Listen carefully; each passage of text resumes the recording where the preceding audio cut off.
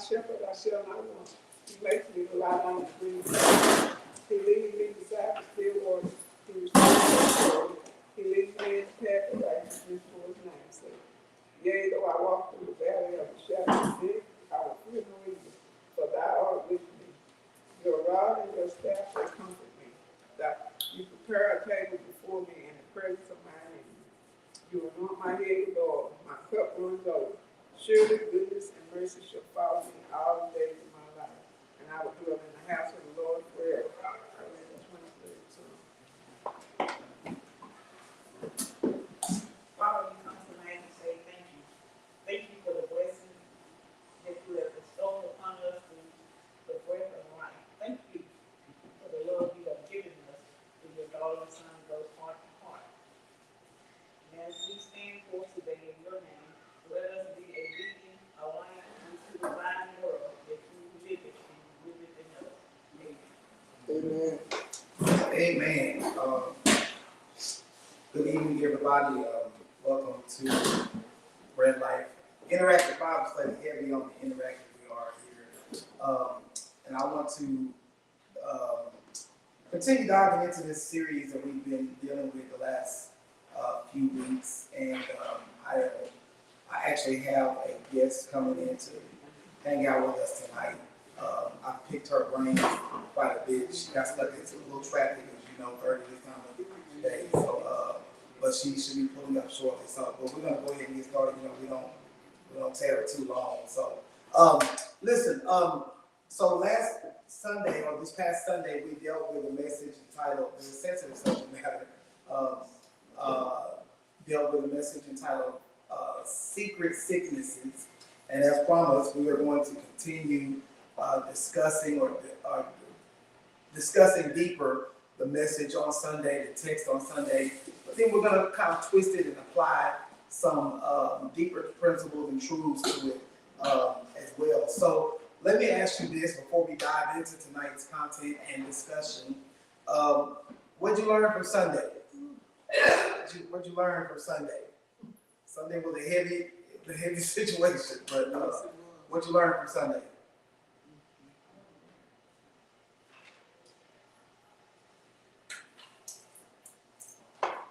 Y'all didn't learn nothing from Sunday? Yes.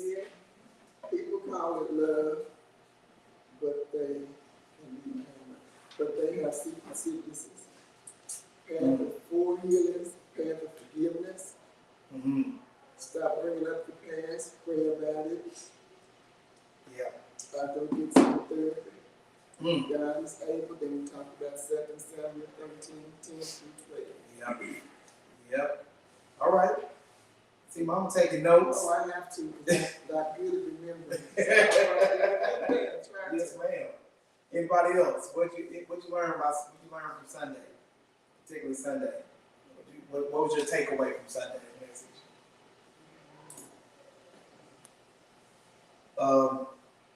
Martell says she learned that others have secrets too.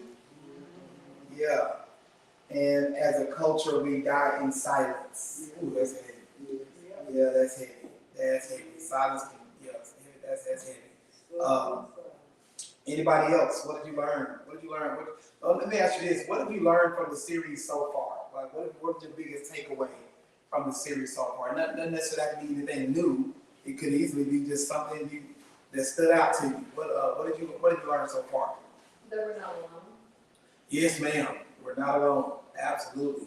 Yes, and we ma'am. all deal with it in different ways. Some more psychotic than others. But, Sure. I think when you're with a group of people that share the same heartbreak and issues, Yeah. it does help. Sure. Those that are taking it in a bad way, those that don't take it in a bad way, they can feed off of us. Mm-hmm.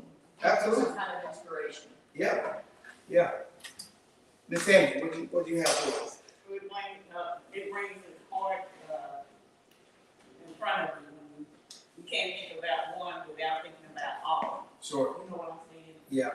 The good and the bad, the tragic, and what you learn from it. You got to endure all of it. Yeah. You just can't Absolutely. take a good part out of the bad. You have to have the bad. Not to balance it out, just for it just so you can have that peace of mind. Mm-hmm. In the fact that when you recognize these things that are going on, that you're actually maturing or growing or not becoming sympathetic. Sure. Peace of mind. Sure. For me, peace of mind.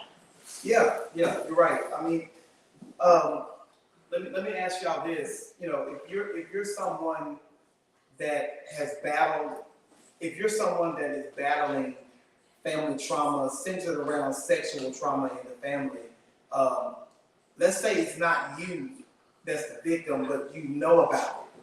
How does it affect you? And it's not even you. How would it affect someone that knows, but is not the victim per se? Still feel helpless because trauma and tragedy is sad. Mm-hmm.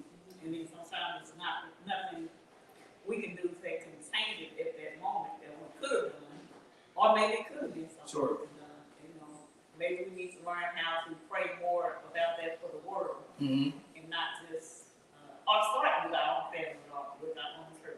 It really makes you think. It brings it, right in front of you. Just make you think, count your blessings.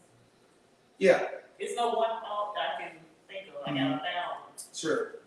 Yeah, I think if the question is, how can that affect the person that knows about it, but not necessarily the one who haven't experienced it? We talk a lot about the offender or the offended, but we don't. Sometimes knowing. Have you ever heard some things that happened in your family and it made you sick? It bothered you? Because especially if it's something that's traumatic, or especially if it's something that's not being addressed, it's not being dealt with. It could very much so affect you in the family. I personally have seen injustice in my own family and just kind of withdrew subconsciously. Didn't even know I was not fooling with the person, but they don't know I know what they've done.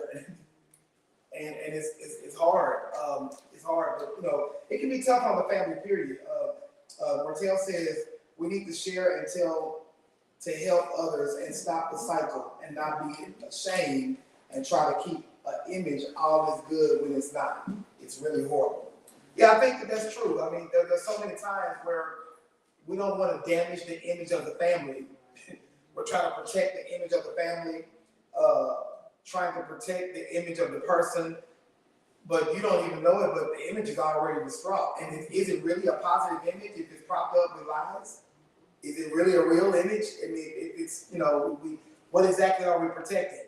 And if you're protecting an image at the expense of protecting righteousness, you might be, that could be a bit more disturbing than just just as disturbing as what the person did to cause the problem. So, I understand we have images and reputations and things to protect, but not at the expense of somebody else's sanity, not at the expense of somebody else's hurt. Now, there is a line between, because sometimes we don't want to tell anyone about what's happening because we don't want to publicize it and put it on this big grand stage. I don't think that's necessary. Speaking out about your trauma does not mean the public needs to know. It means the necessary people need to know. Because let's be honest, sometimes we don't know who not to tell the problem to. Right? You don't have to. I think it's necessary for us to address a problem, but I don't think it's necessary for us to always publicize the issue. You don't have to post it on social media. That really I'm just honest, that really irks me when I see people just air out their family drama, their family nonsense on social media. And they call that, and they label that as, I'm just telling my truth. Baby, everybody don't need to know your truth. Everybody don't need to know. You mean you can post it on social media, but you won't go get therapy, right?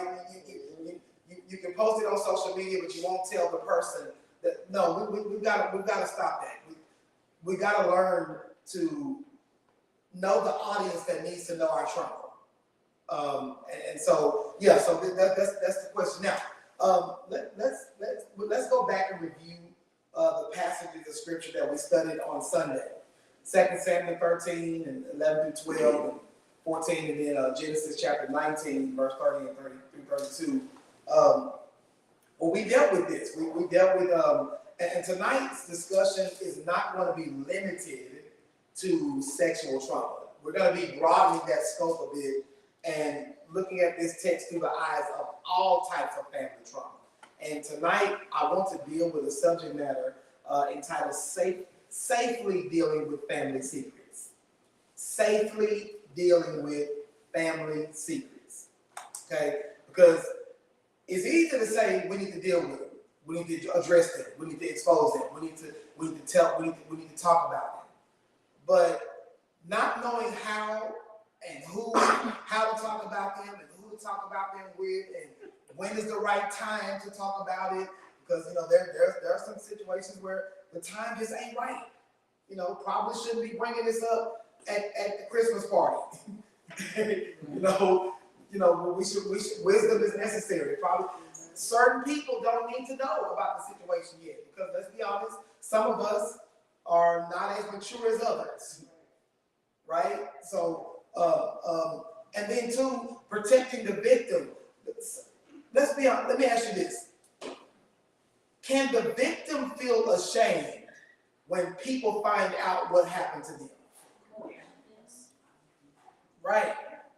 So this is why it's necessary for us to not go running the business all over the place, because now you got that person's that what happened to them happening across the city. It looks. They may not want everybody to know they've been raped. They may not want everybody to know that they've been molested. They may not want everybody, and it's their story to tell. It's their story to tell. They may not want everybody to know they've been betrayed. Okay, so we need to understand the difference between secrecy and privacy. Now, let me ask you, what's the difference between secrecy and privacy? Good question. I may answer myself. What's the difference between secrecy and privacy? Mm-hmm. I don't know how to, if I don't, it's not to say that I don't want you to know because I didn't tell you, I may not have been able to trust you with it, and I kept it privately, or away from, or just didn't tell you. Sure. And because it's not so much a secret, but it's right, it's private. It was my story to tell. Sure. Not yours. If you're someone that can't be trusted because you got loose lips, or someone that can't be trusted because you're judgmental. Sometimes it's not a fact that the person's trying to keep it a secret, but everybody can't be trusted. Sure. And so you ought to be able to, it's your life, your story, it is private. Okay. It's yours to share. Yeah. Anybody else? What's the difference between secrecy and privacy? I think privacy is when you don't want certain people to know, just like your inner little circle, because they understand. But as far as secret, I don't like secrets.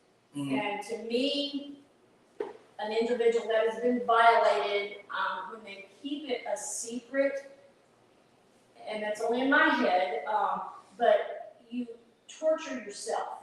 You need to get it out instead of struggling on your own with the secret that you're hiding. Sure. You need to let it out. You need to find someone to tell it to. Sure. Yeah, I think secrecy and privacy are different in the aspect that one,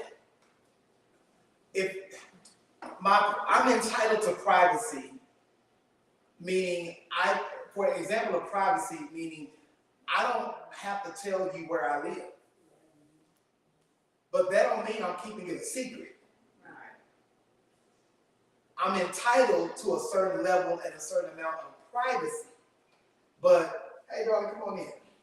Hey, y'all help me welcome Minister Sharonda Fincher. Sandrea, I'm sorry, Sandrea Fincher. I'm sorry, y'all. I'm tripping. What up, Kimbo? What's up, man? Have a seat. Man, old player right there. Anyway, have a seat anywhere, man. Anyway. So tell me. So So we were talking about the difference between secrecy and privacy. And I was asking the question, what's an example of secrecy and privacy? My example was, I don't have to tell you where I live. That's privacy. But that doesn't necessarily mean I'm keeping a secret. Secrecy oftentimes is malice intentions. It can be positive. Sometimes if it's a birthday party, we keep it a secret. But again, in most cases, secrecy is related to not so good intentions. So I can be private without being secretive. And so I think we need to understand the difference. Some things you don't have the right to know. That don't mean they're keeping it a secret. It ain't your business. Right? Some things are just not your business. But all right, let's get into this. Now, last week on Sunday, we dealt with a very, very tough subject. We dealt with 2 Samuel 13, 11 through 12. Someone read those verses for me. 2 Samuel chapter 13, verse 11 through 12. 2 Samuel chapter 13, verse 11 through 12. And then somebody else read verse 14. And somebody also read verse 14 as well. So 11 through 12, and then verse 14.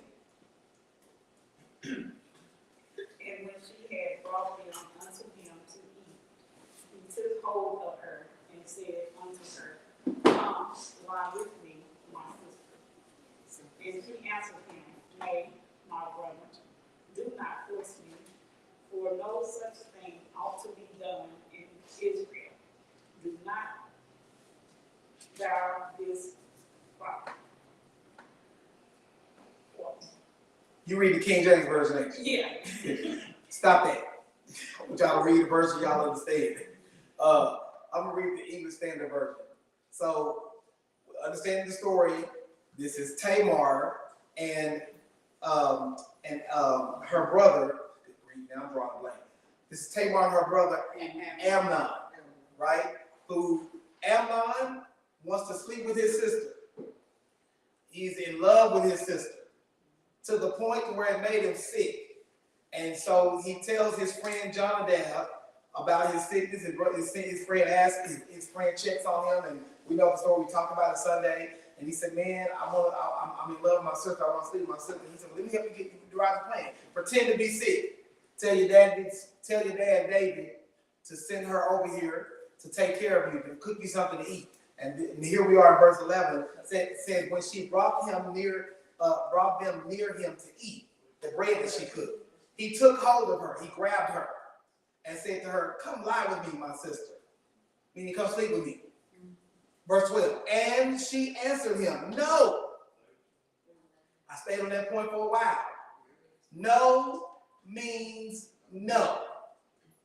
And sometimes we're like, well, did they really? No, they really meant it. If they said it, they meant it. No, my brother, do not violate me. We talked about Sunday how it was a violation. And it wasn't just an act, it was a violation of her privacy, a violation to her rights. Now, she said it's a violation. For such a thing is not done in Israel. Meaning, she's reminding him, this is against our own biblical religion. This is against our own laws. Do not do this outrageous thing. Verse 14. But he would not listen to her. His passions were bigger than his holiness. And being stronger than she, he violated her. He raped her. He raped her. That's one instance where we had a sick adult. Now, look at sick children. We talked about this Sunday, Genesis chapter 19, verse 30 through 32. Now Lot went up out of Zoar and lived in the hills with his two daughters. They just escaped Sodom and Gomorrah, the most sexually immoral place on the planet at the time. And God got so angry that he destroyed the entire county for one sin, one reason: sexual immorality. You named it, they did it. All types of it, everything. They escaped, and their two daughters escaped. Lot and his two daughters escaped. The text says he was afraid to live in Zoar, so he lived in a cave with his two daughters. And verse 31, and the firstborn said to the oldest sister, says to the younger sister, "Our daddy old, and we don't have any men to sleep with us. So Let's get our daddy drunk and sleep with him, that we may preserve offspring for our father. We talk about sick adults in Samuel. Now we deal with sick children in Genesis. All right. Now we got the storyline. We got the situation. Now, let me ask you this: why do we keep traumatic family secrets? Why do we keep family secrets? Embarrassment. Yep. Give me some more reasons. Why do we keep family secrets? Traumatic family secrets at that. Scared. Fear. Mm-hmm. Ooh, said this Sunday. Only in families where telling the truth is considered betrayal, while keeping a secret is considered loyalty. It's only in families you find that, right? So these are all reasons why we keep family secrets. Mr. Fincher, why do we keep traumatic family secrets? Like, why do we do that? So I would say, first of all, good evening, y'all. I would say that we keep secrets, first of all. The main and the biggest thing that I feel is victim's remorse. Even though you are the person that has or is being abused, you also want to protect the person that has abused you. It sounds crazy, but that's just the reality of it. And it's called victim's remorse. So I feel sorry for you, and I hate that you did this to me. And so I then choose to protect you by not protecting me. Wow. That's major. Yeah. Martell said online there's a risk of isolation, with fear isolation. Telling it might separate you from the family. You know, everybody. Sometimes you need to be. Yep. Say that again. You need to be separated. We like to hook the scripture that you have to get away from your kindred and your kind in order to be blessed, because you're not received here with your family or to those that are close to you. That's not just in ministry, that's in life, period. Wow. That you have to get away from those people. Someone was just holding a discussion earlier about absent fathers, and I asked them, so what are we going to say about unhealthy mothers? So we like to talk about the man and beat up the man, but there is a lot of unhealthy mothers trying to raise healthy daughters. So give me an example of an unhealthy mother. An unhealthy mother is an unhealed mother. So if I've experienced any type of trauma, and you have to understand that PTSD is not a military term. It's anything that, let's give the working definition, is post-traumatic stress disorder. Anything that has happened in your life that's traumatic, you have PTSD. We can go from the simplest thing to, say for example, you were little and someone broke in your house and you heard your alarm go off real, real loud. Well, as an adult, if you did tend to that issue, when you hear a loud noise, you'll go back to that moment. So you could be 44, but if you hear that sound, you turn back into a 4-year-old. If you're unhealed. And so it can go from that scale, then you can go all the way up to sexual abuse. If you were abused, whether you be male or female, okay, we're talking about unhealthy mothers. If you were, let's call these, we have to stop, first of all, using these words interchangeably. Being molested and being raped are not the same thing, okay? It's not. It's hard to discuss, but it's not the same. They're not the same. So you have to make sure that you're very clear when you use the words, because you have to call it what it is, right? Y'all, Aretha Franklin, y'all like Aretha Franklin? She said, call that song what it is. And so if you've been raped, that means someone sexually penetrated you. And I know it's uncomfortable talking about it, but us as Christians, we are the worst people for facing the truth. And so if you've been raped, someone forcefully penetrated you, whether you are male or female. It's not just women. Men have been raped too. Being molested, that's something different. It's levels to that, okay? Someone could have touched you inappropriately. Someone could have rubbed up against you inappropriately. And so if you are unhealed from those things, what happened is you're going to go either from one end or the other. You'll either be very recluse, meaning you'll be shy, or you'll try to change your appearance to keep people from looking at you in a sexual manner, or you'll go all the way to the end and you'll be very promiscuous, because that's what happens. So if you are unhealed, how are you then going to help your daughter or your son be a healthy human? Because you're unhealed. And so what you're doing is passing down unhealed trauma. Yeah, I want to say this also, that typically in the church, like I know we in the church, we frown on promiscuity. And we should, okay? We should. My issue is that we're so busy judging the sin that we don't look deeper to find out how it got there. I call it the root. The root, exactly. You're only looking at the fruit. You don't get to the root of the situation. And I think that sometimes when people run to church to get help from their sin or from what's going on with them, we only see what she just been like this. She just is. She's just promiscuous. He just we never stop to dive deep enough to find out why they are the way they are. What got them to this place? Because you can't deliver them. That's that word we use in church, deliverance. We can't deliver them until we're willing to go past the fruit and get to the root. That requires work.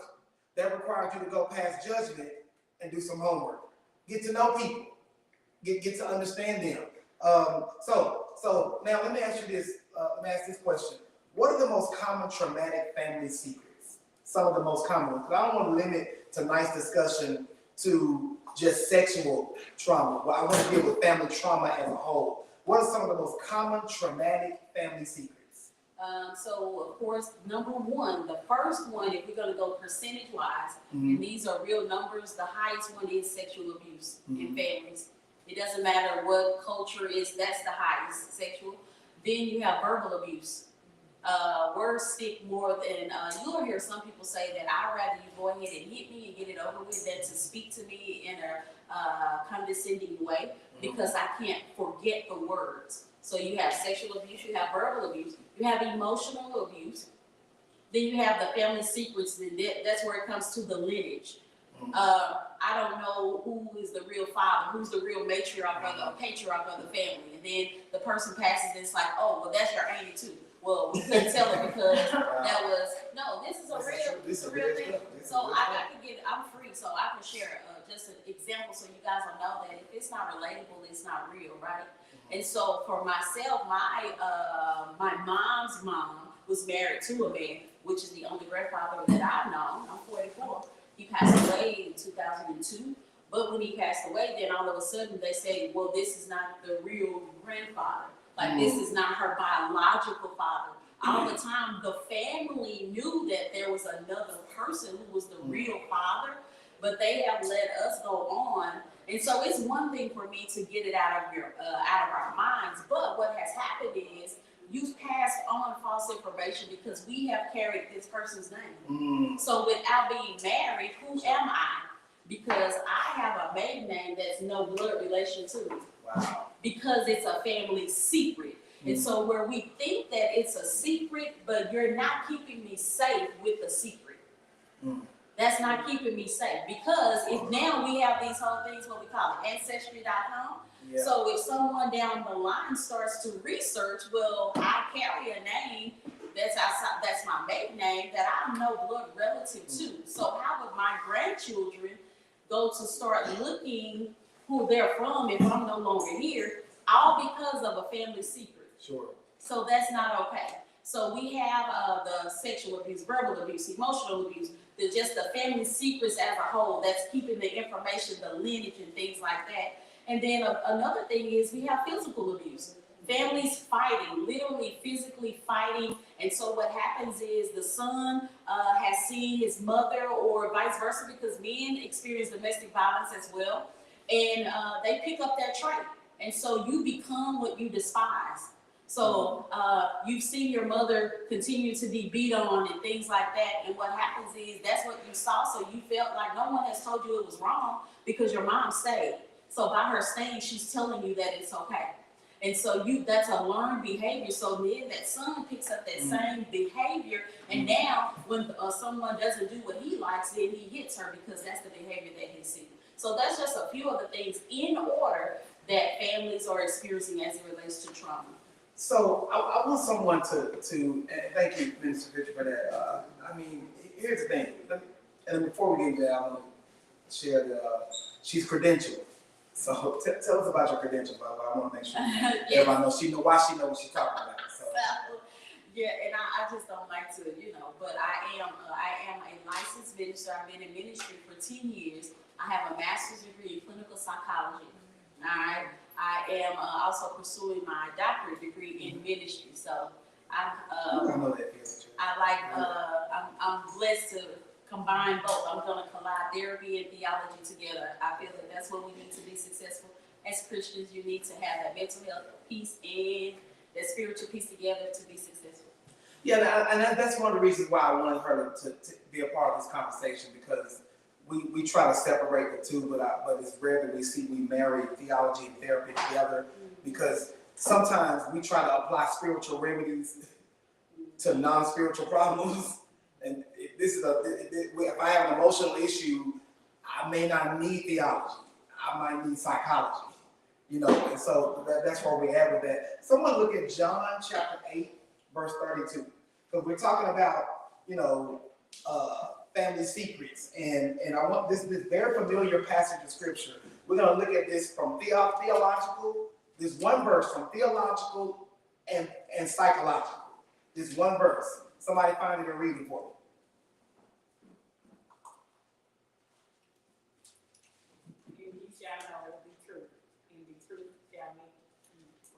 And ye shall know the truth, and the truth shall make you free.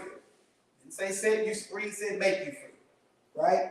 Now, we got family secrets. Text says we should know the truth, and the truth shall make you free. Now, theologically speaking, that verse tells us that knowledge of the truth will free us from the bounds of dishonesty, the bounds of not knowing the truth. When you don't know the truth, you are bound by the lie. Theologically speaking is what that text says. Knowing the truth. The truth is not just something we tell, it's a person. Jesus says he is the truth. Now, that's theology. Now, that's Andrea. Help me out with the psychology of that verse. How do we take that verse and apply it to therapy? So I would say, we always say that the truth hurts. I like to say the truth helps. Because knowing the truth, even if it's a truth that you didn't know or that you weren't looking for, just by knowing that piece of information will free you, meaning it will release the boundaries and the shackles of you feeling as if you were in bondage as it relates to your mental health, your emotional well-being. Let's go another example. So, making me free with something related to psychology. Let's say, for instance, I take myself. So I was a teenage mother. Had my first child when I was 16. Got pregnant when I was 15 by a man that was 10 years older than me. That shouldn't have been, right? I wasn't being fast either. All right, that's a whole nother situation. Y'all know what I'm saying? And so. Oh, by the way, that's her husband, y'all. Her husband Kennedy is there too. And so, an example of that. I didn't understand, and this may sound foreign, but it's real. I didn't understand exactly what was going on. The act of the sexual act. Y'all get what I'm saying? Because you're trusting a person that you are taught to trust. All right. The state of Texas says that you're not in the mind to even make a conscious decision until you're 18. Sure. So you don't know that what decision you're making at age 15 to walk around with another human growing inside of you, right? And so I couldn't figure out, because I knew I've always been a different person in the family. That's just who I've always been. And so it's like, how is Nene, that's my nickname, my childhood, Nene pregnant, she's so smart, she always ate on the road, the truth of the matter was I was taking advantage of her. That I didn't have enough knowledge to make a decision. And that I didn't have enough strength to say no. Y'all get what I'm saying? So I didn't know enough, and then I wasn't strong enough. Because how do you fight off a grown-up? You go with the flow, because what happens is, and this is another that mental health is very uncomfortable. Let me say that. It's a lot that you'll clench a whole lot, but after you feel so much better, is that pain eventually will turn to pleasure. Even in abuse, you'll know that the abuse is about to happen and you know you will brace yourself for it, you'll say, okay, let's go. Let me hurry up and get it over with. That's what trauma and abuse, it turns to that. It's so deep and so layered. So that's an example of being made free, because I had to be made free to be able to, it took me a long time to understand, why did I do that? What happened? What got me to that point, right? But I was made free, meaning now that I understand what happened to me, you can't hold it over my head. I don't have to hold my head down in front of the people at the Pentecostal church that didn't understand, that made me get up in front of them and apologize, that I didn't even know why I was apologizing. I was made free because I had a total understanding of what had occurred in my life at age 15. And then if that wasn't good enough, 9 months later, it happened again. So now I'm 16 with 2 kids. And listen, if you know anything about a Pentecostal church, that is not what they want to see. Yeah. Not at all. So I get up and apologize again. And it was with no meaning, because I didn't know what I was apologizing for the first time. But once I've been made free, once I've come into the knowledge, the same way we say we come into the knowledge of Christ, you have to come into the knowledge of who you've been and who you are and who you're becoming in order to be free. So freedom means to acknowledge what happened and acknowledge that it happened. You can't get free from something you won't admit. No. You can't say, if a person, another example, I'm sorry, I'm a realist. I just like to shoot straight. So if you're my brother and you always say, hey sis, now me, this is the real me. I'm gonna be like, hey, good to see you. Right. Because the person that I used to embrace or that I love to embrace is the same person that harmed me. So I don't want to embrace. It's like, what does that mean? Sure. You get what I'm saying? Yeah, it's triggering. It can. And so until you come into the knowledge of this embrace that he's trying to give you is to help you, not to harm you. But I have to remind myself of who I am and the freedom that I now have, that even if he do, I should be able to protect myself enough to say, I don't want you to hug me, or I don't want to hug today. Yeah. That's what being made free is. I want y'all to look at Ephesians 4 and 15. We're talking about telling the truth now. We need to you. We are. Look at Ephesians. Somebody read that verse for me. Ephesians 4 and 15. We're talking about telling the truth. We're talking about telling the truth and what the truth means. I want somebody to read that for me as soon as you find it. But speaking the truth in love may grow up into him in all things, which is the head, even Christ. Speaking the truth in love. How many of us are brutally honest? Be honest. Miss Lynn, stand up, put all your hands up, eat everything. Right? Oh my God. Yes. Brutally honest. Like, how many of us are just brutally? It's okay, baby. Brutally honest, right? So, we, those of us who are brutally honest, we understand the importance of telling the truth like it is. It just is what it is now. Look, it is. Do I look fat? Yes. You look fat in the dress. Take that off. It's not your dress. You really want to know the truth? There's some people you just, if your feelings are hurt, don't ask them what they think. If your feelings hurt easily, don't ask them what they think. Brutally honest. Just don't ask me. Then there are some of us, because there's brutally honest people who are people that love you enough to tell you the truth. Just look, man.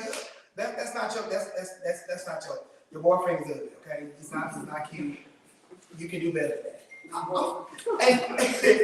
Is it me, or is it that the older you get, the more brutally honest you get? Yeah. Yes.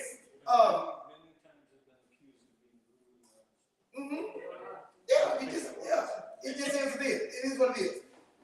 So brutally honest people love you enough to tell you the truth. In this passage I just had you read, it doesn't just permit us to tell the truth, but it requires us to tell the truth in love. If you love them enough to tell them the truth, then tell them the truth in love. There's a way to distribute truth. Because if I wrap the truth in, don't get me wrong, I'm not okay with people just putting lipstick on a pig and calling it a princess. It's not a princess, it's still a pig, right? So I'm not talking about sugarcoating. What I'm talking about is that some of us are just so tact and so direct that we're not sensitive to know how to phrase the truth in a way that doesn't hurt as bad, in a way that is sensitive to the fact that it's going to hurt. It's going to hurt. So here's my point. When we're dealing with family trauma, we need to learn how to be, it's already something tough to tell. It's already something tough to tell. But you can tell it in a way that's loving. And you've got to tell the truth in love. If you love people enough to tell the truth, then tell them the truth in loving ways. It's already bad to hear, but you've got to find ways to do it where they don't feel abused by the truth. Never weaponize the truth against a person. That's why your mama don't like you. Okay, that might be true. That might be true. But did you really have to phrase it that way? If it comes from a sibling, yeah. See, this is how we do it. Go ahead, please do. So we cannot brag about being unhealthy. Saying you're brutally honest is so unhealthy. It's unhealthy, and you are an offender to someone else's mental health. And so we think it's a badge of honor. And so you have to remove that word brutally. Right. And just be honest. Just be honest. The truth is going to be hurtful and uncomfortable anyway because it's unfamiliar and it's something that they may not want to hear.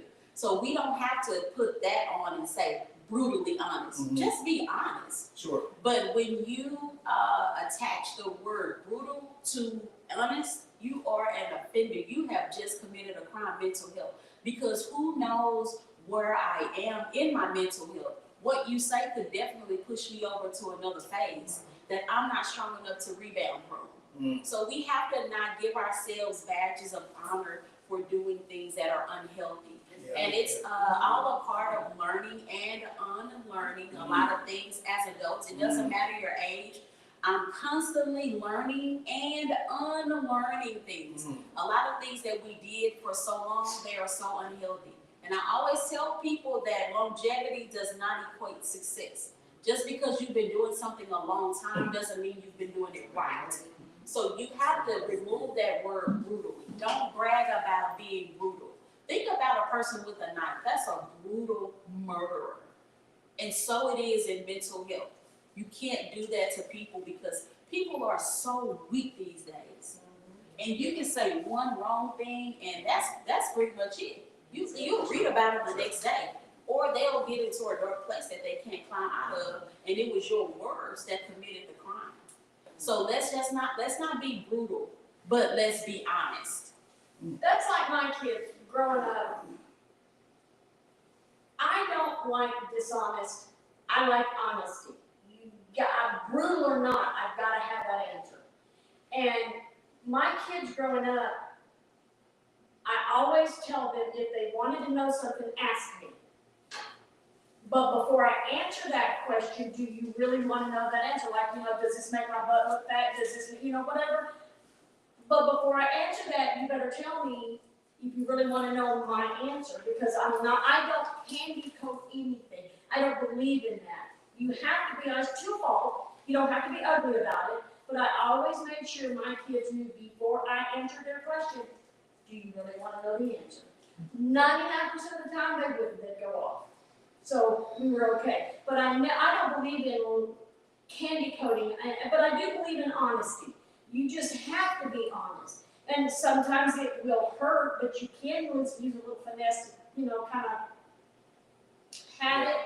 But I just don't believe in lying. Well, that's not the best color, but it's okay. I don't do that. But I just have to be honest with anything that goes on. Yeah. I think that what we should gather from this is that honesty is necessary, but it doesn't have to be abusive. Right. It does not have to be abusive. You can be truthful, and the truth can by itself hurt. Right. You don't need to add anything to it. You don't need to add anything to it. Let me ask this question. Hold on one second. I like to give people sandwiches. That's that in a criticism sandwich. You give them a good, bad, good. So, for example, I had a person that I knew she was wearing the wrong garments and stuff. It wasn't right, didn't work for her body type, right? So it's like, oh girl, you looking cute in that dress. But I have this place that have good foundation.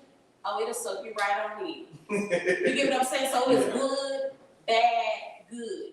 Sure. To the point where they almost forget about the bad part and they're looking for you for that what the answer, the response to what is bad. Sure. You know what I mean? Yeah, so try a criticism sandwich if you want to just, you know.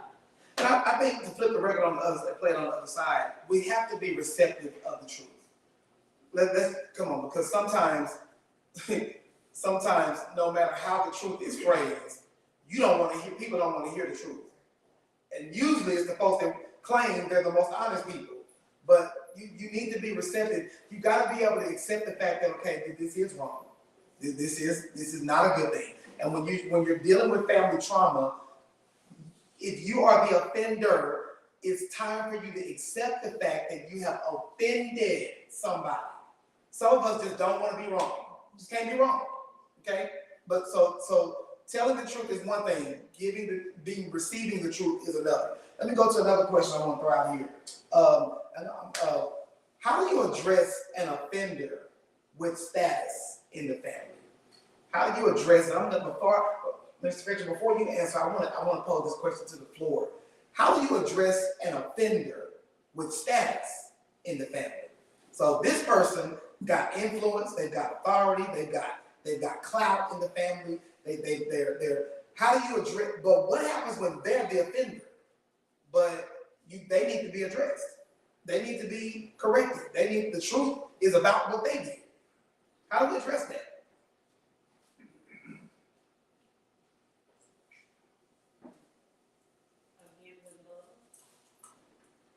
Okay.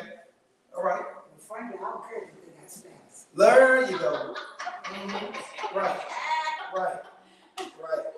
There you go. Can you elaborate on that a little more, please? Well, I think it came from my upbringing and training and stuff that while you are no better than anybody, you are just as good as everybody.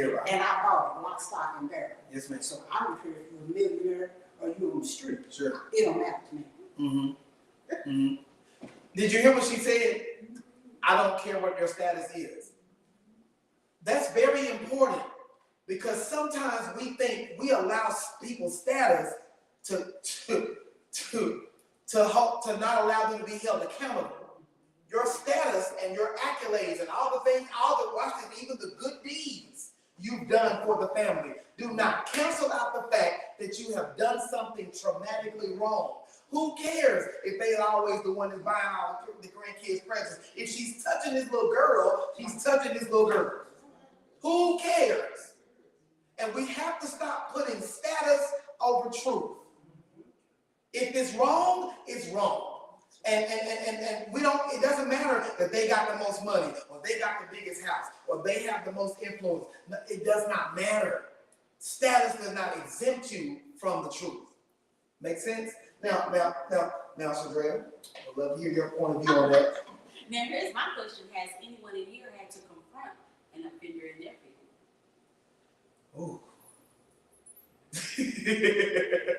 Okay.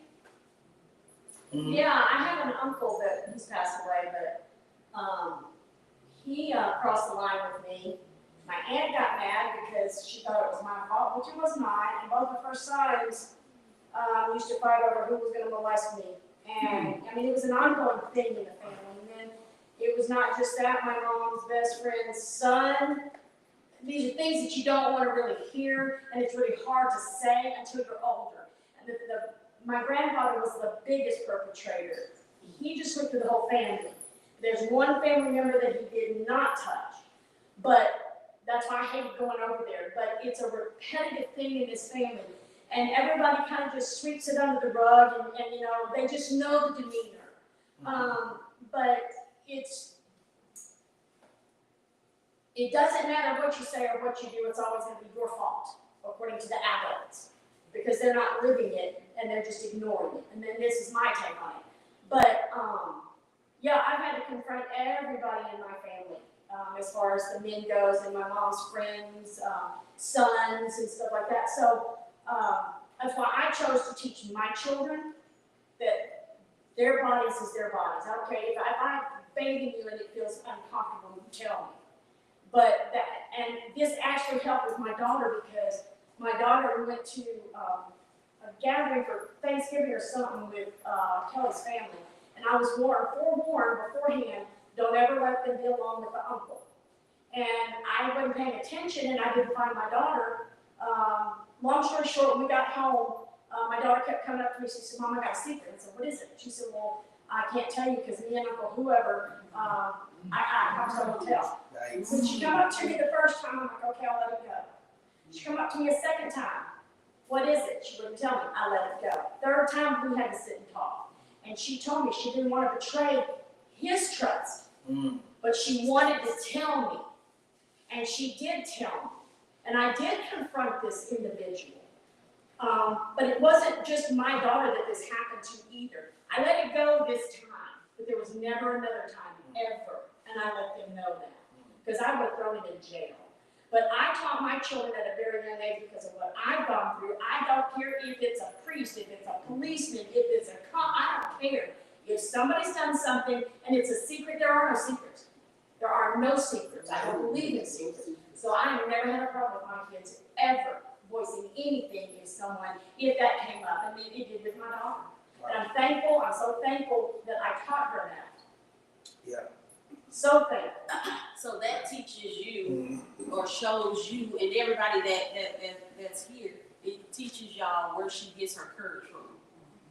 So do you understand now her feistiness is because she had to fight so much? So now it's like, get whatever. Y'all get it? So thank you for sharing that. All right. I also understand the whole thing with the demonic grandfathers, right? Now, when you have to confront the person in the family that does it, sometimes, most times you're going to choose not to. And then now, because I don't know what it is about us, we wait to a certain age to gain our courage, or we feel that we have the freedom to speak. You get to that I don't care phase. It's like, I don't care if she starts talking to me or whomever, and you just go ahead and uncover the person. Wow. I had the same problem. It's the same success, I won't say problem. Is that I didn't have the courage to tell on my grandfather until my grandmother passed away. Because I felt like I didn't want to let her down. Like, that was my favorite person, you know? So it's like, you're going to break up the family if you tell her that, because she stand up testifying saying, God saved my husband. So I can't tell her that because she's already praying for him about that. You get what this is what you're thinking about growing up. You, even at your young age, whenever it was that it happened, you're still trying to carry the load and the responsibility of your family. All right? And so what happens is you don't have the courage, to out that person.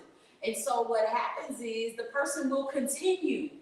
And so let that be a lesson to someone here that you can't give a person like that a chance. You can't. You have to go ahead and cut their head off. Not you cut their head off, but they need to go ahead and uncover that person. Go ahead and expose them because they need to be stopped. And your story is similar to mine. When my cousins and I talked, he did the same thing to another cousin, same thing. But she and I couldn't get along. And we couldn't get along. The freedom in it is because he was telling her, don't talk to me, telling me, don't talk to her. She crazy, she hard-headed, don't they? But what it was is that was the way he continued his abuse between the two. So manipulation and narcissistic behavior is deep. Yeah. I think those people should be millionaires because they really have to put in some thought as to what their next move is going to be. And people buy into it. And so if you are challenged with having to confront that person, if you can't do it, get you a person that's bigger than you, that's stronger than you. And I'm not saying in strength, I'm saying in courage internally. For me, I didn't know nobody. So I started writing about mine. That's how I got mine now. My dad ended up wanting my book. I didn't want to give it to him. I finally gave it to him maybe 7 to 8 months ago. So he found out his daddy took his daughter's virginity. But I was made free, so I didn't care. It's like, read it. I don't care. This your daddy. Nah. You get what I'm saying? But you have to be so free and so so carefree of what comes with that, because nobody was there when you dealt with the abuse. When you were in secret and silence trying to figure out who you are, what you like, if you're going to continue, do you want to strive, do you want to live, do you want to give up, then you're going to raise somebody else and you're unhealed. Nobody was with you throughout that whole process. So it's like, forget it. Forget you and forget it. But this is my truth and I'm going to walk in it. So yours may come out in a book. It may come out by you telling someone else, and then that person you tell, they may tell for you. But it don't matter. Go ahead and stand, like the younger kids say, stand on business about you. Don't let a person make you feel that you're not enough. I don't care what age you are. That's right. You got to pull the cover off of these people that have harmed you continuously, because they're going to keep doing it because no one's stopping them. Chandra, can I ask you a question it's not on my list of things to discuss, but I wanted to, and the time of the essence now, but how has, because your husband is here, so how has your trauma affected, or has it had an effect on your ability to be married or your love life? Y'all ready for that conversation?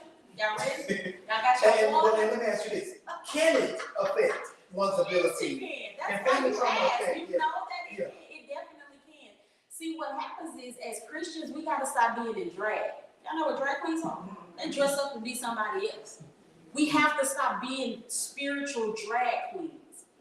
So any trauma that you've experienced, again, I don't care if it's from a siren, from a child, to you seeing someone get hit by a car, or the smallest thing to the largest thing, however you want to categorize it, trauma follows you. It follows you. What happens is you learn a different way to treat your trauma and the triggers that comes with it. Because every person in here, you have a trauma. It may not be sexual. Let's forget that. That's not the only type of trauma.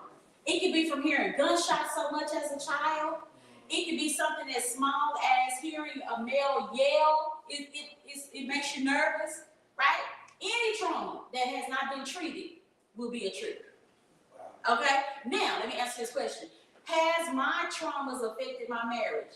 Yes. Want to tell you why? I've been married twice because the first person I couldn't relate to them sexually. Y'all heard the fans? Y'all heard how quiet it is? It's real. It's real. If we gonna be real, because I think me and you twins back there. You're my new home girl. Listen, what happens is, again, I'm gonna use the example of Pastor Micah. What y'all call him? You said what they call him? What they call him? Pastor J. Pastor J. He fancy. Or Pastor J. another head. Pastor J. So, because, here we go. The person, most times, the matriarch and the patriarch are the families, are your nurturers and your provider, right? Mm-hmm. They would, once that has been abused, you then go down the trust line, is what I like to call it. That's where you then will get your parents. If they cross the line, then now you have a favorite uncle or a favorite aunt, right? Put yourself in what I'm saying to understand. So, grandfather, for me, violated trust. This is the hug. Come here. Here we go. Sit on my lap. Pat you on your back. You want some cookies? You want some candy? You can get anything you want. But I'm going to abuse you later on. And so that follows you if you're not healed and you don't go through that healing process. So here is my favorite cousin, Pastor Mike, Pastor J. And he'd be like, hey, girl. And I'm not embracing like that. Because the person that I thought was protecting and nurturing me has violated me. So what happens is we make our children, girl, give them a hug. So we have a granddaughter, we have 3 grandchildren. And so if she doesn't know you, she will, and what do? Give them a hug. Stop being like that. You don't know why they're feeling that way. And you have to allow them and teach them while they're toddlers. They can work iPads. You have to teach them that is your space. You don't have to let anybody in your space until you're comfortable. And so what happens is that translated over into, because grandmama said, don't hug nobody. That's what grandmama said. So when they're teaching you these principles and these foundational things, they don't say, okay, stop this when you get married. And so you take all that teaching from years and years because Medea said don't hug nobody. So you get married and not knowing that that's going to include hugging. But Medea said don't hug people. So you'll start dapping your husband. What's up? Yeah. Hey, ugly. Right. But they're trying to reach out for an embrace. But because your mind has gone back to your trauma, I don't even have the strength to hug you. I don't know how. Because I've been violated. So I don't know how to relate to you. And everything is not sex. It affects your intimacy. You can't hold hands because you will remember when I used to hold his hand, that's what he would do to me. Or he would be leading me to the garage when he held my hand. I don't want to hold hands.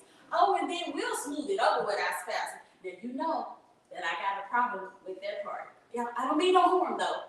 And they'll say, okay, it's fine. No, where we should be saying, no, you need to go get healed. Because I can't pay for the trauma that you haven't gone to get treated. Wow. That's not my fault. And so what happened was, because I'm free, with my first marriage is the person was very touchy-feely. And they had their own demons that they were battling. And so they went out to feed themselves, and I was perfectly okay. As long as nobody hugging me, touching me, I'm fine. I don't care what you do. I'm going to watch I Love Lucy all day and mind my business. Listen, Lucy is the truth. You hear me? But the person that's still needing something and fighting their own battle within, they're out there doing something else. So then what happens? It leads to divorce. Finally, I figure out, okay, you're not crazy, you're not thrown out, you are wanted, you are loved. Now, you bump into somebody that just love you for you, that just think you just like everything is and did something. You like, you want something from me. They don't. They're just trying to give you something that someone else tried to give you, but it was exploited. And so what happens is I had to go and get therapy. I'm a therapist, but I'm committed to one. I see her every week. I'm not too big and too bad that whatever you are, you need one. If you're a mother, you need a mother.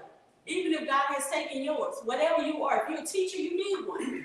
You need someone in your life for every space that you occupy in life. And so I committed myself to a therapist. Now, it was uncomfortable at first because it felt like I was just rehearsing my life. But it began to feel better and better and better and better. And what she told me is that, listen, you can't go into marriage pretending like you don't know what's up. Like you know what comes with it. Since we on live, we'll call it benevolence. Y'all know what benevolence is? Y'all know what that is?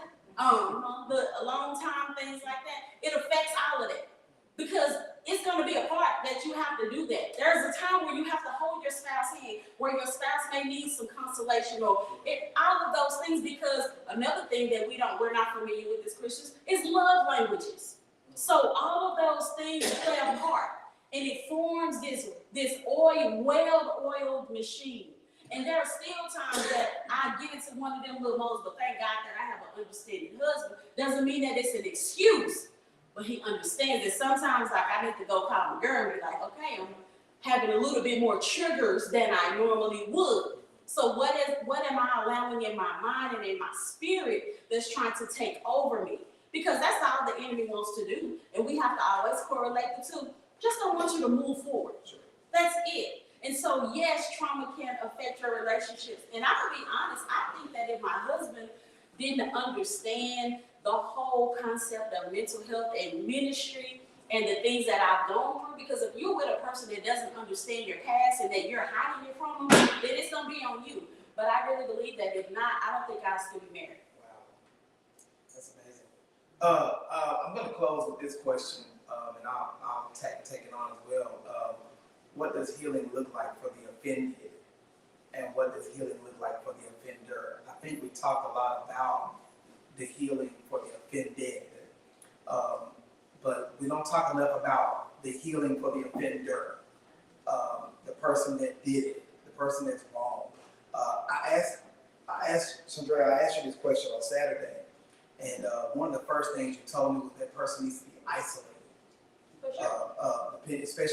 Especially if what they're guilty of is sexual trauma. We talked about, I even inserted this in my message on Sunday, talking about how we responded to COVID when the person was sick. The first thing when the person caught COVID, the first thing we did was isolate them. Isolate. We put them in, we quarantined them, we put them in their own place. because sick folks should not be around well folks. Should not. And so I'm going to echo what we talked about in terms of healing for the offender. They have to be isolated. Isolated could also mean incarceration. Definitely incarceration. It means incarceration. It means, because at the end of the day, and this is why it's important for us to uncover these family secrets safely. Because if we don't, it's going to continue. Whatever the trauma, it ain't, and again, we're not just talking about sex. If they keep borrowing money and from folks and nobody knows that they never pay it back, and they're gonna keep going around the family, borrowing money and never paying it back, then it's gonna keep happening to somebody else. Now, a few of us are smart to say, yeah, no, I'm good, can't borrow no money from here, okay? But again, we have to, it doesn't stop if somebody doesn't address it. So isolation is one of the things that helps heal the offender. Anything else that helps heal the offender? So I did explain to Pastor Jay about that. I look at people that are offenders. I look at them like they have COVID, because you remember when we had COVID, it's like if one person in the house get it, everybody's sick, and it's like, who did you get it from? And immediately you went to try to find a mask. And immediately it's like, hey, we got quarantine. And you were counting down the days of how many days you've been in quarantine because you were ready to go back outside. Sometimes you'll sneak out. I'm going to just run to Walmart real quick with the mask on, and you were still sick. And so it is with sex offenders. So it is with verbal abusers, emotional abusers. It's the same. Physical abusers, they're the same. They know that they're sick.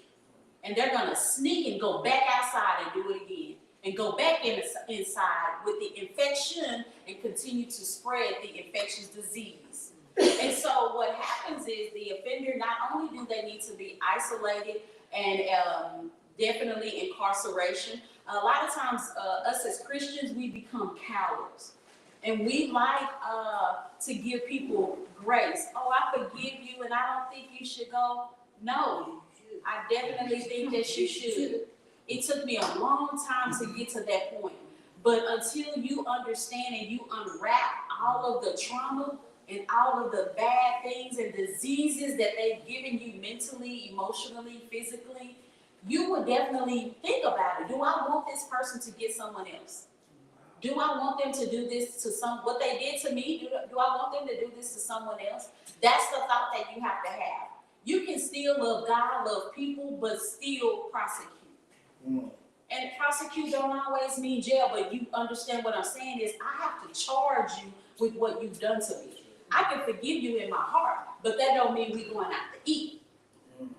And a lot of times that's what we do. We immediately think that we're guilty because we're Christians, that, oh, I forgive you. Let's pick back up on old times. No, you're putting yourself back into the incubator of infection. And so for the offender, it looks like healing, looks like being isolated, maybe being in jail. Most of all, once that person has been cleared of their sickness, do not allow them to come back around you. And the way you have to look at that is your immune system is not strong enough for what they carry. The abuse and the thought process that they carry, you're not strong enough. So if I have cancer, I can't be around people that are sick because my immune system is so weak, and then I'm gonna get sick, and what happens is I can't fight off just a common cold. A common cold to a regular person, to a person that has cancer, is like a flu or harder. This is a real thing, right? Y'all understand what I'm saying? And so what I'm saying is, look at it as the analogy of a person that's a sex offender. My immune system is not strong enough for you to be around me. I don't know how I may act with my actions physically. I don't know where my mind is gonna go. I don't know where my emotions are gonna go. So it's best to stay isolated. Don't go back to the infectious disease. You can love a person from back there. You have to establish boundaries and keep your boundaries. Don't explain your boundaries, but make people respect your boundaries. Because the moment that you let them cross them, they're gonna cross them, if you know what I mean. So protect yourself from the sick person. Wow. Listen, that's been good. I had so much more I wanted to discuss, but I kind of wanted to let the conversation just kind of take its own path. And I know this is not our typical Bible study. I know that, but this is what the Lord laid on my heart. And I met Chandrea in an organization I'm a part of, and I just heard. When I heard her speak, I immediately respected her voice on such subject matters as this. Really looking forward to bringing her to preach for us. I didn't know you were there. I was there. I was late. He was late. Y'all's pastor was late. They can probably look at you and tell you they're not surprised. So he always late? Not the church. But no, I'm not church. But actually, I was coming from my church. So yes. I respected her voice, and she has actually gotten on to me about checking in on my own mental health, and I have not been doing very well with that. I do have a therapist, but she has been really on me, like, Micah, I need to. She serves a group of pastors, and her only question is, but how are you doing? Yeah, I know y'all take care of y'all sheep, but how are you doing? And she will not let us lie to her, because we give that typical, I'm good, I'm all right, and we're not. We're not. And so I have valued a high level of respect for her opinion on this matter. And I chose to do this way because I wanted to free her to just speak and about these subject matters. So I'm really grateful that she came and discussed. Will y'all help me celebrate her today? I'll be bringing her back in other ways and other spaces. I can't wait to hear her preach. If she is half as good as her husband is, it's going to be a problem. Pitcher preached this past Sunday. I was listening. The boy has a problem. I'm telling you, I'm about to get you to play organ and man can preach for real. So, but I've always admired their relationship from afar. I know they have trauma, but they work through it so well. So I'm grateful that she able to carve out time out of her schedule. Thank y'all so much for listening to her. Was this helpful? Did she give some good information? Good stuff. Good job. All right. Listen, I'm going to take all our prayer requests. If you're watching us online, thank you for tuning in. If you got a prayer request, send it to us. I'm going to put minister up. Yeah, do y'all have any questions? I'm sorry, I didn't do that. You got any questions, comments, concerns? I don't want anybody to, And if you do and you want to talk to her directly, how can they reach you? How can they find you? No, please. You have to have chicken first, right? That's It's it. a fair exchange. I want to tell you that, baby, you in the country. Chicken. We cook down here. I'm on every social media platform as Chandrea Teacher. Okay. All right. Good. All right. So if you have any questions that she can help you out, she can definitely point you in the right direction. Whether it's any type of mental health issues, grief, any type that we deal with, we all deal with something. So she's a very good resource to check out. All right, I'm gonna put her husband on the spot. I'm gonna have him close us out in prayer. If you have any prayer requests, I'm definitely throwing him on the spot. This young judge. Some lady said you in the field, so she didn't know you was down here. Who? Keela Williams. Keela Williams. Hi. Listen, she follows me everywhere I go. Yes, yes. I'm trying to make her my arm bearer. Okay. She won't hang in there. I live here. Really? No, you don't. Oh my God. Really? I never knew that. Small We world. can't be talking. Before he prays, y'all, let me also give y'all these resources, okay? If you ever feeling down, suicidal, or anything, just not feeling like yourself, you can text or call 988. You know how we have 911 where you're sick? 988. You can, I'm serious. Let's just say you wake up in the morning and it's like, I just feel something is not right. Text them. They'll text you right back. They will text you. So if you don't feel like, please use it. Okay, that's the new 911 for mental health, 988. And then if you need free counseling, all right, the Potter's House. You don't have to be a member. You go to their website, fill out the job form. Someone will contact you back, y'all. They will give you free counseling for 2 years. Free, not a penny. free. So it's no excuse for us not to be better. And then if you need another resource, Oak Cliff Bible Fellowship, online, go on their website, go to their counseling tab, fill it out. What we spend at the grocery store is more than what they were charging. We're talking $15, $20 per session. So it's no excuse for us not to be better. It doesn't matter what age you are, you can begin to unlearn things today. So those are the three resources. All right? Yes, sir. How do you deal with trauma as a kid? Ooh, that's a whole nother conversation right there. But man, that's a whole other You conversation right can't there. ignore him. Well, I promise y'all, I won't do that in these churches. It depends on the path forward depends on the type of trauma, because every trauma is different. But as a child, I would say, I'm gonna let Mr. Fincher get involved in this as well. But You breathing? You yeah, breathing? I'm I breathing. didn't hear that. He like gutted it. I felt Yeah, I felt it gutted me. It did. Number one, find somebody you trust to talk to. No, your parent. Is that your son? No, that's the first line of defense is his mother. Right. And if he trusted his mother, if he trusted her enough to come with her to a service, he trusts her enough to pour out his heart. Right. Here we go. You have to create a space that makes him feel safe enough to tell you, because it may be uncomfortable. It may be something that you're not familiar with, and it may be something that throw you off your rocker.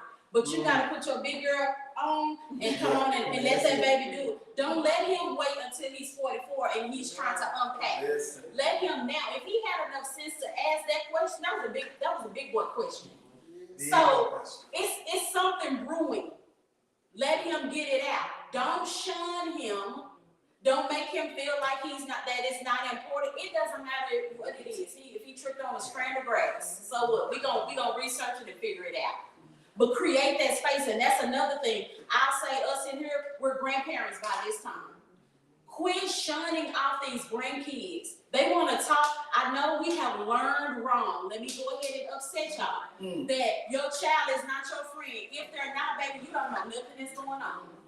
You don't know nothing that's going on, because you have to have strategy while you're being a parent or a guardian. You have to be, here we go, biblically, you have to be wise as a serpent, but humble as a dove. Meaning you got to use your street sense combined with your spiritual sense to get some information. Y'all know what I'm saying? My kids back in the day, if they eat, they tell you everything. So you may have to figure out what that thing is that makes them the most comfortable, but stop shutting them down and telling them to stay in the child's place and go in the room. You don't know, they may have a key of information that will unlock your life and theirs. You're not too busy, you're not too smart, you're not too old, you're not too important enough not to humble yourself enough to cater to our future. This is our future. So if he's concerned about trauma at, how old is he? 8, 9? How old? How old are you? If he's concerned at 10, why are we not concerned at 70 and 60 and 44 and 54? 75. Thank you. Because I'm just saying. Give him that space. Don't make him feel like he's, and I'm saying him, but I'm talking to everybody. Don't make them feel like they're gonna get in trouble. No, you're not. Whatever you gonna say, this your past. Tell me. We're not gonna tell, this is between me and you. We gonna pinky swear, whatever you gotta do, the Boy Scout code, something. Let them know that they can trust you. They have a space where they can be human and they can be open and they can be honest. Because you don't know what piece of information they are carrying that could possibly free you, free them, maybe your whole family. Because these kids now, they're weaker, but they're wiser. They're very wise. And they may be paying attention to something that you're not. Because your discernment may be down there that. But they're paying attention to something you just don't know. So allow them, I say that to all of us, myself too. You have to create a space to let them feel, let them do it. Turn on some rap music, whatever it is, let them be them. But get that information. Yeah, I can't stress enough. I don't know how many times I've said this while preaching or teaching, that you have to be a safe space. You have to. You have to create a safe atmosphere for people to be honest with you. I told y'all many times about how the relationship I have with my own daughters, we have what's called real talk. And they can literally text me real talk. And that means we need to have a conversation. And they are not penalized for what they're about to tell me. No. I'm not gonna find it disrespectful. And they know how to respect me and be honest with me at the same time. And if I've never been of that, I understand what other folks mean by your kid is not your friend, you're not their friend. I understand what they're trying to say because they don't want children to be disrespectful. Yes. But at the same time, what you really need to understand is our biblical responsibility is to train them, not raise them, train them. And when you can't train them without being close enough to them. You have to, so I understand that, young man, if that's mom. If you trust her like that, then that's definitely the first place you go, is to have that conversation with her. And you don't stop talking to somebody until you get what you need. But something tells me mama gonna ride or die for you. Mama gonna ride or die for you. So that's how you do. That's where it starts. That's where it starts. Okay, you have to be honest with somebody you trust. And in your case, your mother. Be honest with somebody you trust. And then the next thing I would tell you is don't be afraid. Don't be afraid. Sometimes as youth, as children, it's a big problem coming from a big person, and we're so told to stay at a child's place, and you're just a kid. Yeah, but you have rights. My church tell you, your kid got rights too. And I tell my parents in the church the things their kids can't tell them. So you ain't gonna slap me in the mouth, Steve, because I'm grown. But I'm telling you, don't be afraid. Do not be afraid, no matter how it is and who it is. Do not be afraid. Something tells me your mama don't play about you. And so you got a village fighting for you. You'll have a village that stands up for you. So those are just a couple things on the top of my head I can share with you. And I agree, but don't be afraid. You're not by yourself. Do not let the devil convince you that you are alone. You are far from alone. You're far from alone. All right. And so that's good. That's good stuff. That's good stuff. Any other questions, comments, concerns? I know we went over time, but I can't think of a better reason to have done so. So any other questions? All right, good. Thank y'all so much for tonight. I hope this is helpful. And if it wasn't helpful to you, I know it's helpful to somebody you know. So share this experience with them. Don't forget, Lisa, post that 988 on the stream and those other resources as well. We'll post those on the page. Let's get a graphic design where we can put those 3 resources on our social media pages, so we can just share those out to people. Let's do that. All right, Minister Kenneth Finch is gonna come and close us out in prayer. He's a bad boy on the organ too. Yeah, don't start. Y'all let him buy this water. They spoiled me at this church. Right? I tell you, they spoiled me. They spoiled me. But anyway, come on, Minister. Come on, let's close it down and have words to the point to get. We can stand. I ain't gonna talk. I'm gonna talk.